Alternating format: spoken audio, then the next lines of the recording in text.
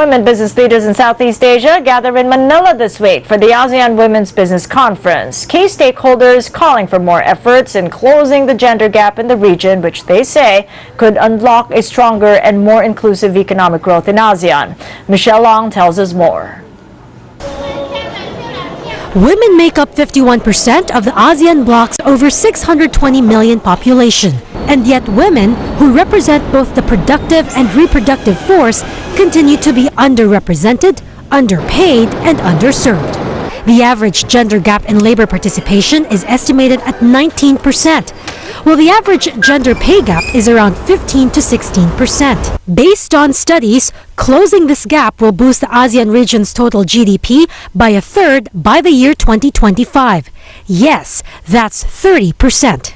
The question is, how? The Indonesian Business Coalition for Women Empowerment believes education is key.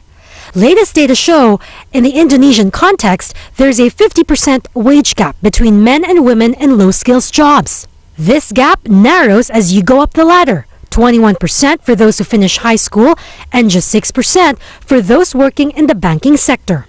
But that's not enough. We need to push a bit further, and not just the government but the corporate sector as well. The corporate sector needs also to open up for women to take up leadership position, to go from at the entry level to go to the middle level management, because at the moment only 20% middle level managers are women. So we need to increase that. At the very top, only 5 to 6% are women.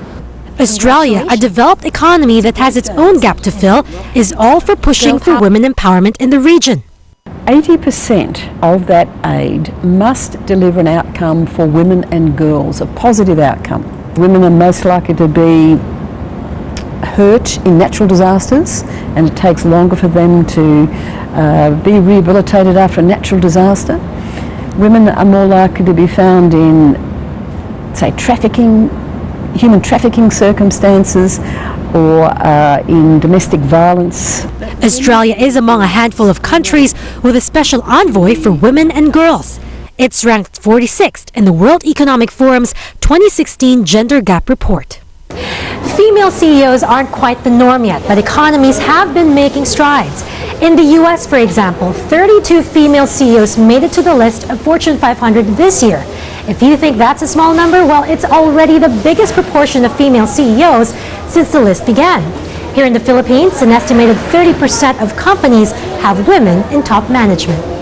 The Philippines is perched on the 7th spot in the Global Gender Gap Report. And it's not just about seeing female tycoons leading some of the country's biggest firms. It's also about the women who are powering micro, small, and medium enterprises.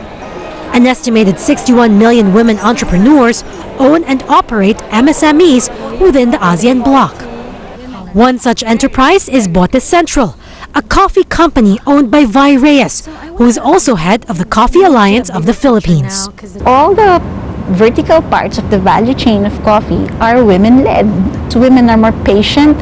Women are more of the detailed kind of person than the men. Women are more judicious in their work. You can depend on them every day. They are more nurturing.